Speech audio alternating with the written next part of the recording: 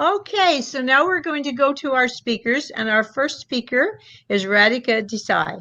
She's a professor, Department of Political Studies, and director, Geopolitical Economy Research Group at the University of Manitoba in Winnipeg. She is the author of Geopolitical Economy.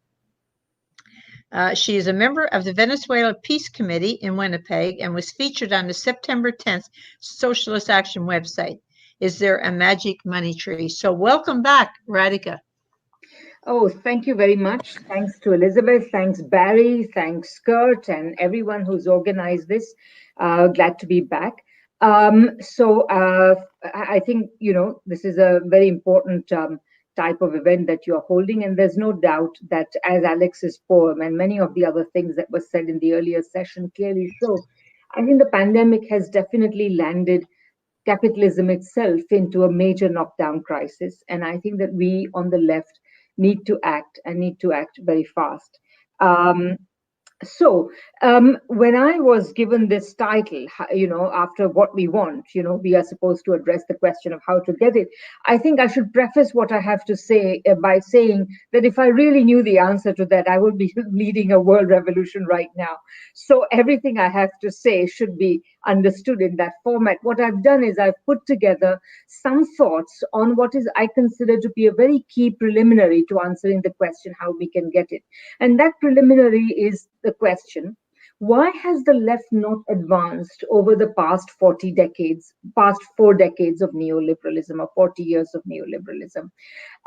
I think that and these reflections are largely concern our understanding of what's going on. Obviously, there are other elements to the answer to the question, but I will focus on those relating to understanding, because I think that while Marx was very right to say that the important thing are the material developments, at the same time, the understanding of those material developments can do a great deal to hasten the course of revolutions, of transformation, and to limit the suffering that is caused otherwise. So I have actually a dozen odd points to make. So I'm going to make them very quickly. The first couple will perhaps appear to you a little abstract, and you may go like, what does this have to do with what we are discussing today? But bear with me, and I think you will see a pattern emerging, and I look forward to the questions and answers. So here goes. My first point is that, of course, neoliberalism itself as a policy ideology, we understand this as a particular type of policy package of essentially giving more and more freedoms to capital by deregulating, lowering taxes, privatizing, etc., etc. What we often fail to recognize is that it represents the ascendance for the first time since its birth of neoclassical economics.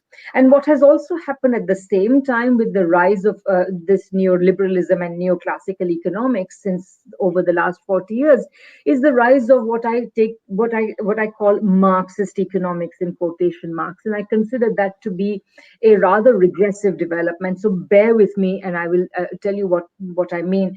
So first of all, although neoclassical economics was born circa 1870, it didn't really actually become very influential until the 1970s and 80s, chiefly because initially there was some resistance to it because of the legacy of classical political economy and other methods, institutionalist, historical, of studying economics. And then, of course, critics like Keynes particularly emerged. And so the entire middle of the 20th century was dominated by Keynesian understanding. So really, neoclassical economics gets its day only from the 1980s onwards. And the problem with that are two. Number one, seriously and realistically, it tries to theorize with the ideology and theory of competition what has already become a monopoly capitalism. And secondly, that it is totally antithetical to Marxism. And unfortunately, what counts for Marxist economics has been trying to fit Marx's antithetical understanding into the framework of neoclassical economics for the last a long time. So that's my first point. And therefore, we need to go back and study what Marx, as well as other critics of capitalism before him and since, have had to say rather than just listen to what Marxist economics says, because Marxist economics has actually had a very conservatizing influence on us. My second point, therefore, is that this Marxist economics essentially led to a questioning of Marxist analysis of capitalism, in particularly in three ways. Number one, they threw out Marx's value analysis and said basically that we could not entertain it because it suffered from the so-called transformation problem, could not translate values into prices consistently. This really is a problem that arises not in Marx, but because of their, that is to say, Marxist economists' attempt to fit Marxism into neoclassical economics. And they said a couple of other things that arise from the same space. The first, that Marx, they claim that Marx never talked about demand being the paucity of demand being a problem in capitalism. This is simply not true. Marx wrote oodles about it. It's just their way of trying to say we are not Keynesians, and not being Keynesian is supposed to give you a badge of radicalism. This is all really rubbish. There's actually a lot of commonality between what Marx said and what Keynes said, but that's another point. Second, the other thing they said is that Marx was wrong about falling profits, that profits don't fall, etc. The point of saying all this is that we need to look at Marx's real critique of capitalism as a form of value production rather than use value production, understand its contradictions, which later thinkers have actually reinforced rather than rejected. So my third point is that this kind of Marxist economics intervention has left us with a conception of capitalism that is more Schumpeterian than it is Marxist. These Marxist economists celebrate capitalism for its prodigious productivity and innovation. They throw out, as I've already said, key concepts of crises. They basically say that there is no endogenous or economic crisis in capitalism, so the only crisis is political crisis, etc. And therefore, what we need to do is we need to understand capitalism's limitations as a system of production anew. We need to put the contradictions of capitalism at the heart of our understanding. So that was my third point. My fourth point is related. Just as you got Marxist economics, so you also, let me start again. Neoclassical economics actually lies at the heart of a new social scientific division of labor that emerged in the late 19th century. So in the center was the separation of economics from sociology, sanctified by Max Weber, and then around it have arisen all the other social scientific division of labor around the neoclassical economics. So you first got sociology, political science, you get geography and what have you.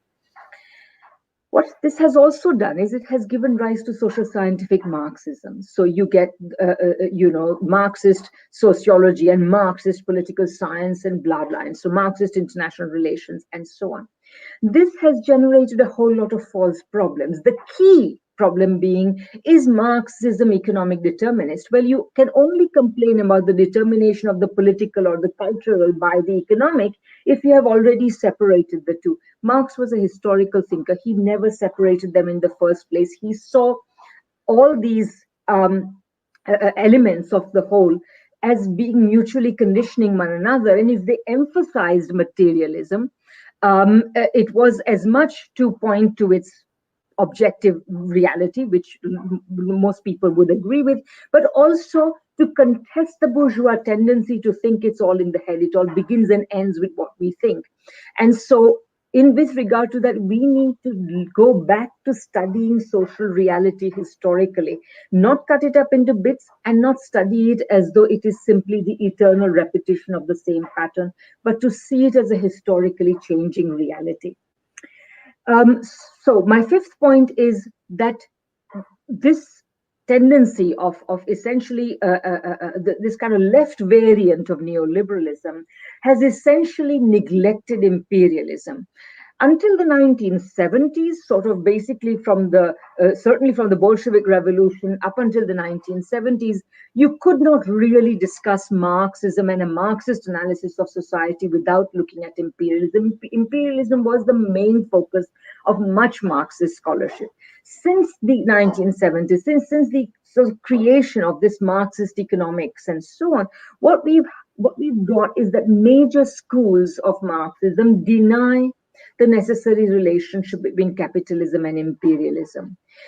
This also makes the understanding of the third world, of the imperialized world, and even the former second world, like essentially the Soviet Union and its history, and today's China, etc., and the struggles of these countries, they make it impossible to understand. And by the way, the reason for the neglect of imperialism is that under the influence of neoclassical economics, they tend to see capitalism as a self-contained system, so that it does not, whereas Marx saw capitalism as a contradictory system that constantly reached beyond itself in order to externalize the consequences of its contradictions, otherwise known as imperialism. So because you think of it this way, we have been denying the reality and the necessity of the link between imperialism and capitalism. And therefore, we do not understand the struggles of the third world. Um, and therefore the associated struggles around development, etc., etc. And also it has the important, critically important result that we mystify the real sources of the West's wealth. In a lot of Marxist theorization, the West's wealth is simply endogenous. The capitalism is simply this super productive system that accounts for the wealth of Western countries. So it is the wealth is attributed to the dynamism of capitalism rather than what is really responsible for it, the exploitative relationship between the first world and the rest of the world. Marx, by the way, put the exploitation of one class by another right next to the exploitation of one nation by another. So we should not forget that. So that implies that we need to study the operations of imperialism today as well as historically. We need to understand what a critical role imperialism has played even in the beginnings of capitalism in the first world countries. Um, and this only this kind of understanding will also strengthen us in not falling for the claims of our ruling classes, of ruling Western ruling capitalist classes, about that demonize Russia, China, Cuba, Venezuela, etc., etc. We need to understand all those things. My sixth point is related to this. If you don't understand imperialism, you will never understand the centrality of nations and national economies in capitalism. You will learn to see, as the West wants you to see, as neoclassical economics wants you to see, as the dominant ideologies of the West want you to see, you will learn to see the world economy as if it were a cosmopolitan, seamless whole in which national borders don't matter. The West will easily fall prey, as it has, in fact, to discourses about American hegemony, globalization, American empire, and what have you. These are the 20th century versions of the old 19th century ideology of free trade, which saw the world economy as a seamless whole in which national borders were simply irrelevant, at best cultural objects. And this also enables us to completely leave out the central role states have had, whether you have capitalist states or you have socialist communist states, in increasing productive capacity around the world. And unless we put that understanding at the center of our understanding of what economies are, how our present economy functions, we will not understand how we are going to transform it into one that works better for ordinary people, for working people of all stripes.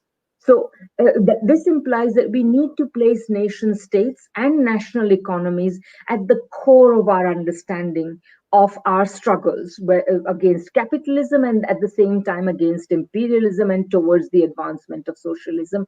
And doing this, understanding that nations are really the path along which our struggles will go forward, as Marx also said many times, it will also allow us to allow us to stop mistaking the rejection of reformism for the rejection of reforms. Marx and Engels would have never said that reforms are not important. Reformism is the belief that all we have to do is tinker a little bit with capitalism and all will be fine. But reforms are the critical stepping stones to revolution, and we have to understand that. Seventh point, the incomprehension that this kind of non-understanding of national realities of all our economies, whether first world or third world or everything in between, this has led to an incomprehension about why you have why socialism has taken national forms, as in China or Cuba or Venezuela or the Soviet Union, etc., and also how economies have really become more productive. And so again, we tend to fall for the Western criticisms of these countries as essentially being authoritarian dictatorships, etc., because this also allows us to mix up market freedoms with human freedoms. We should actually understand that state intervention is necessary in practically any kind of economy, whether you want to organize it in a capitalist fashion or in a socialist fashion. And so what we need to do is exactly how to make this work with the preservation of those freedoms we value, rather than simply equate the liberal imperialist West with freedoms and those who are resisting it with unfreedom. So we also, the neglect of the centrality of imperialism and imperialist threats against these countries also allows us to very easily portray these societies as inherently authoritarian, etc., while completely forgetting about the terrible situation democracy is in our times. My eighth point is that this has led us, Western the Western left generally, to a lack of attention to the overall organization of the economy, and therefore what we need to do to take control of it. This requires taking seriously the need for a party and the need for planning. Instead, what you have is what I call network politics, instead of a serious thinking about how a party should be created, organized, etc. You get network politics and what I call Proudhonist economics, or this idea that somehow if we just have cooperatives and state worker controlled enterprises and so on, that this is going to be the end of all our troubles. It's not. You're going to have to think about some kind of overall national, to begin with, organization of your economy if you're going to advance towards any kind of socialism. So we need to think about parties and planning and focus on how to make them democratic, how to make them participatory. 9. The influence of neoclassical. Rhadika, please, you're way over time. You have to wrap up. Okay, well, you know what?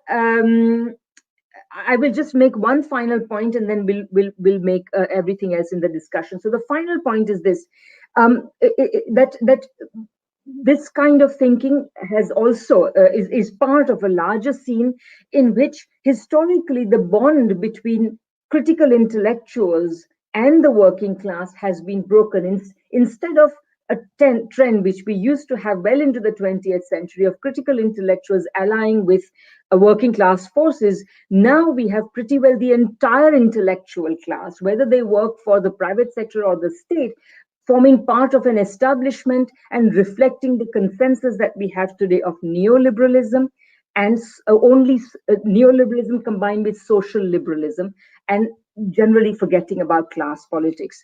So I'm sorry I've gone over time. I had a couple more things to say, but I will end there, and I look forward to our discussion. Thank you.